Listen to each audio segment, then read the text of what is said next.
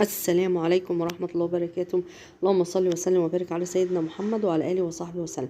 ازيكم أحبابي؟ إن شاء الله النهاردة هنعمل مع بعض عيش الأفران بالدقيق البلدي. معايا هنا بأسهل حاجة وفي طاسة على البوتاجاز. معايا هنا كيلو دقيق أسمر أو دقيق بلدي اللي هو بتاع الافران، ومعايا ردة على دقيق. الكوباية دي أنا حطاها عشان لو عوزت دقيق يعني في العجن. ومعايا هنا كيس خميرة فورية ومعلقة سكر، ومعايا مية دافية. هنعمل ايه؟ حطينا السكر والخميرة وهننزل بالمية وهندوبها كويس زي ما حضراتكم شايفين، وهندوبها كويس جدا. هندوب السكر مع الخميرة لغاية اما تدوب، وهنغطيها تتفاعل شوية، وبعدين هنعجن العجينة زي ما انتوا شايفين كده يا حبايبي. الخميرة ابتدت تتفاعل، في فقاقيع ابتدت تطلع. هنزل بالدقيق ونسمي بالرحمن ونصلي على الرسول عليه الصلاة والسلام طول ما احنا واقفين عشان حاجتنا تطلع مظبوطة وربنا يبارك لنا فيها. زي ما انتوا شايفين كده يا حبايبي، انا مش هنزل بالمية مرة واحدة ولا بالدقيق مرة واحدة، حبة حبة كده. زي ما انتوا شايفين انا نزلت باول مجموعة ونزلت باخر مجموعة، لسه في حبة كمان. ومعايا كوباية دقيق على جنب عشان لو احتجت دقيق. ده دقيق بلدي مفهوش دقيق ابيض خالص. الفران بيحطوا كمان عليه دقيق ابيض، وده احسن من الفران. احنا كده ناخلين الدقيق وعاملينه وعارفين النظافة اللي فيه. الفران بنلاقي فيه حاجات مش كويسة في العيش. زي ما انتوا شايفين كده حبايبي اهو. انا كده بلم العجينة كده. انا عوزت حبة مية فحطيت حبة مية تاني. انا مش عايزة العجينة بتلزق قوي ولا ناشفة قوي، انا عايزاها متوسطة. دلوقتي هوريها لكم ان شاء الله وهتشوفوها معايا. هنفضل بس نعجن كده زي ما انتوا شايفين لغاية اما الاقي العجينة ابتدت تسيب ايدي. بسم الله ما شاء الله، اللهم بارك، اللهم صل وسلم وبارك على سيدنا محمد وعلى اله وصحبه وسلم. خلاص كده انا خلصتها، غطيتها وعشان تخمر. هسيبها قد ايه تخمر؟ هسيبها ساعة. في الجو اللي احنا فيه ده هسيبها ساعة. زي ما انتوا شايفين كده حبايبي هي خمرت. بسم الله ما شاء الله، اللهم بارك. ومعايا هنا ميه على على معلقتين زيت عشان اقرص بيها.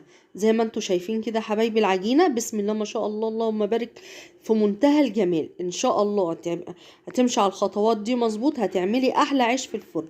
انا هنا معايا صينيه حاطه فيها رده على دقيق. انا هفرد على رده عليها دقيق عشان ما الرده ما تعملش في العيش وما تحرقلكيش في الطاسه.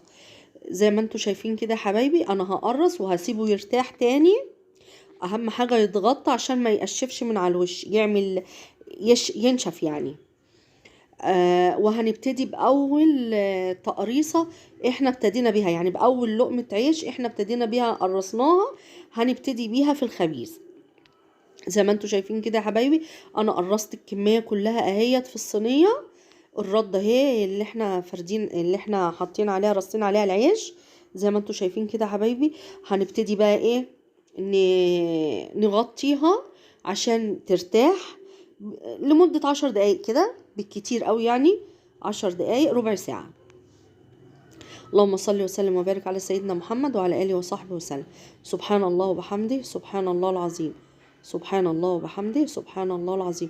طبعا احنا لازم نغطي العجين كويس لان الجو ابتدى يسقع فهياخد وقت. زي ما حضراتكم شايفين اهو. كمان الكمية اتضاعفت لما سبتها ل10 دقايق تاني عشان ترتاح. لازم العجينة ترتاح معاكي وتاخد وقتها في الراحة عشان تعرفي تشتغلي بيها. كده انا جبت صينية تانية هحط فيها برضو حبة ردة بدقيق. انا كمية الردة اللي عندي عملتها بالكوباية اللي انا كنت موريها لكم في اول الفيديو عشان لو عوزت دقيق للعجن، فانا ما عوزتهاش فحطيتها على الردة. زي ما انتوا شايفين اهو يا حبايبي انا ابتدي افرد. انا عايزه افرد العجينه بالراحه، بالراحه جدا، يعني زي البيبي الصغير كده. ما اتكش على النشابه وانا بفرد، يا دوبك افرد بس كده زي ما انتوا شايفين يا حبايبي. وبعد ما افرد هنفض بين من الردة زي ما حضراتكم شايفين. اللهم صل وسلم وبارك على سيدنا محمد وعلى آله وصحبه وسلم. بسم اهو شايفين انا عم بعمل الرغيف ازاي، بنفضه من على وشه الاتنين كده على ايدي. هعمله لكم تاني ان شاء الله اهو. بسم الله ما شاء الله. كيلو الدقيق طلع لي، اللهم صل على النبي، طلع لي 15 رغيف او 18 رغيف زي ما حضراتكم شايفين كده بالراحه خالص اهو. بصوا انا بنفضه على الوشين واروح حطاه فرداه على الصينيه. هفضل اعمل كده لغايه اما اخلص الكميه كلها، وبعدين هشتغل على البوتاجاز. مش هسيب الحاجه على البوتاجاز بتستوي واروح افرد، لا انا هخلص فرد كله وبعدين اروح اسوي على البوتاجاز عشان الحاجه ما تتلسعش مني. وبعد كل رغيف نمسح الطاسه وننفضها من الرده عشان الرده ما تتحرقش منك في الطاسه وتمرر لك الرغيف، تشيط وتمرر الرغيف زي ما انتوا شايفين كده حبايبي. اللهم صل وسلم وبارك على سيدنا محمد وعلى اله وصحبه وسلم.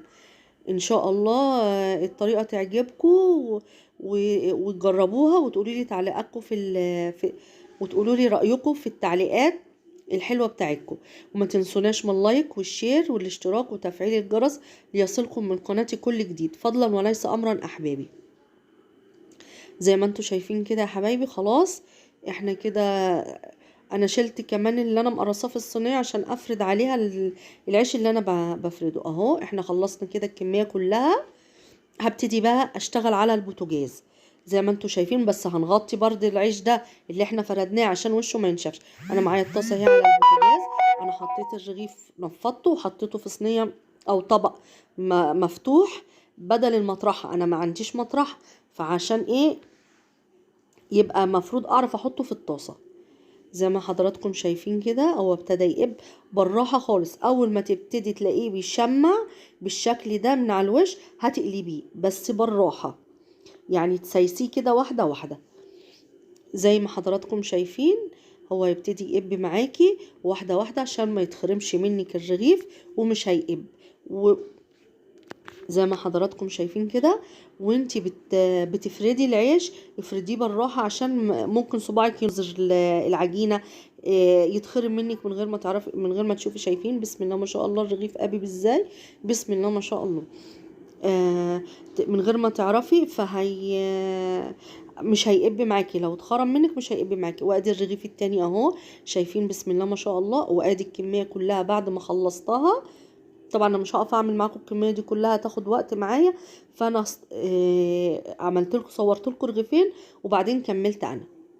شايفين يا حبايبي بسم الله ما شاء الله العيش معمول من بعضه، مش لازق مش معجن اهو، مفتوح من بعضه وزي الفل. ما تنسوناش من اللايك والشير والاشتراك وتفعيل الجرس. السلام عليكم ورحمه الله وبركاته.